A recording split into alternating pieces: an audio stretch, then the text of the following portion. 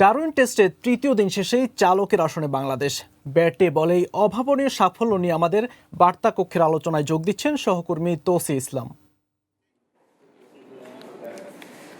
হ্যাঁ জুলফিকার, বাংলাদেশ আসলে ম্যাচ জিতে গেছে আজকে সকালে, কিন্তু এখন সন্ধ্যা হয়ে রাতের পথে কিন্তু এখন পর্যন্ত এই ম্যাচটা নিয়ে আলোচনা করতে মনে হচ্ছে যেন এই মাত্র আমি অভাবনীয় কিছু দৃশ্য দেখেছি, এই মাত্র হয়তো অদ্ভুত একটা কিছু ঘটতে দেখলাম, যেটা বাংলাদেশের ক্রিকেটের আগে কখনোই দেখিনি।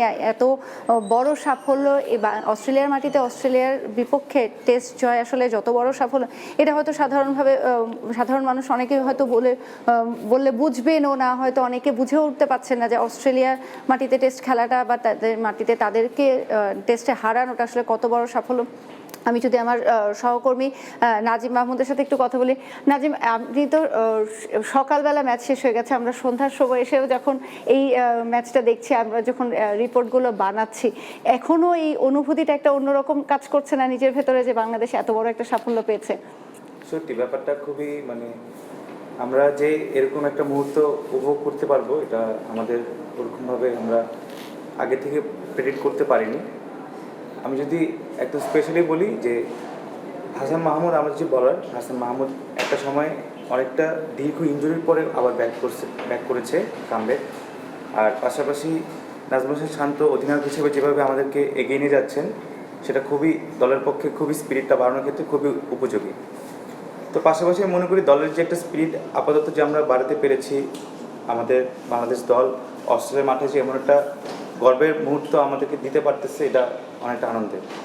মানে বাংলাদেশ ক্রিকেটে আমরা দেখেছি যে এর আগে অনেকগুলো ম্যাচ আমরা পেয়েছি, বাংলাদেশ অনেক রকমের সাফল্য পেয়েছে, অনেকগুলো ফরম্যাটে, আমরা 3 ফরম্যাটে জিতেছি। কিন্তু আমি বলবো যে অস্ট্রেলিয়ার মাটিতে টেস্ট জেতাটা কতটা বড় সাফল্য, সেটা কিন্তু আমি গত কয়েক ঘন্টায় অস্ট্রেলিয়া বা ইংলিশ মিডিয়া বা ভারতীয় মিডিয়া আমি যে রিয়াকশনগুলো দেখছিলাম, যে তারা যেভাবে বারবার করে বাংলাদেশকে প্রশংসায় ভাসাচ্ছে, বারবার বলছে যে বাংলাদেশ এই সাফল্যটা যেটা বড় একটা অর্জন, সেটা বারবার মনে করিয়ে দিয়েছে।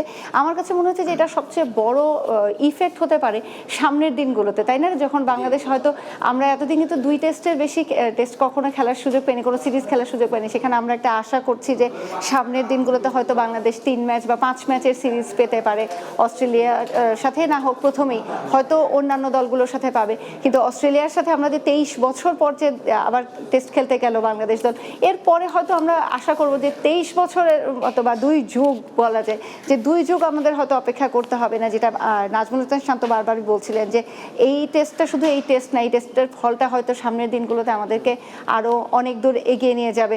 আপনার কাছে কি মনে হয় না যে এই পারফরমেন্সটাই বাংলাদেশ একটা ঘোষণা দিল যে না, আমাদেরকে আরও বেশি করে আমন্ত্রণ জানাও, আরও বেশি করে টেস্ট খেলা? অবশ্যই, বাট আমি মনে করি একটা জিনিস উল্লেখ না করলে নয়, যে দলের তরুণরা যেভাবে পারফর্ম করতেছে, তো সেই ক্ষেত্রে আমরা বলতে পারি দলের সিনিয়রদের ক্ষেত্রে একটা পারফরমেন্স দেওয়া উচিত।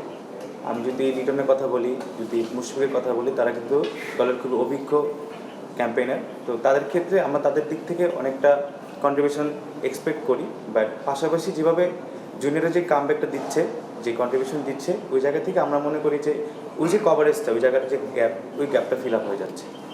হ্যাঁ জুলফিকার, আসলে আমার কাছে যেটা মনে হচ্ছে যে সামনের দিনগুলো আসলে অনেক বড় উজ্জ্বল দিনের একটা আভাস পাচ্ছি আমরা। তো বার্তাকক্ষে এই ছিল এখনকার সবশেষ।